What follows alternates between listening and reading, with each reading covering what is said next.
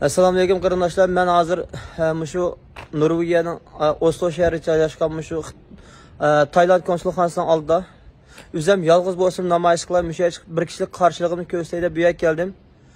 Qarindoshlar, hozir bir-birimiz bilan tartishgan, bir-birimizni ayblaydigan vaqtimiz. Asli butun Uyg'urlar tundugundan tortib shu qarindoshlarimiz qaytarilgan bo'ldi deb shu ko'chmalar idorasiga qarmashillar kelgan chog'ning o'zidan tortib butun dunyodagi Uyg'urlar Tayland konsulxonasining oldida to'kilib qarshiligimizni bildiradigan bo'lsak, bugun bu musibat xabarini balki olmagan bo'lardik. Bu musibat xabari qarindoshlarimizniki qaytarilganlik xabari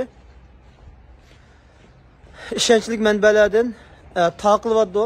Men Taylanddagi muxbirlarningki internet sahifasini ko'pincha takip qilib, ko'pincha ergishib başlarniki yozgan xabarlarni tarjima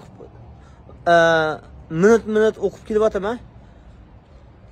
Haqiqiy bir shaklda, ya'ni Xitoyga 48 Uyg'urniki qaytarilganligiga oid xabarlar chiqyapti. Bizning vijdonimiz bo'lsa, agar zarra qadar vijdonligimiz, insonligimiz o'lmagan bo'lsa, vijdonimiz o'lmagan bo'lsa, Xitoy nima Tayland konsulxonasining oldiga chiqib 48 qarindoshimizningki qaytarilmaganligi qarta haqiqiy aniq bir shaklda bayonot berish uchun biz cho'qim harakatga o'tishimiz kerak.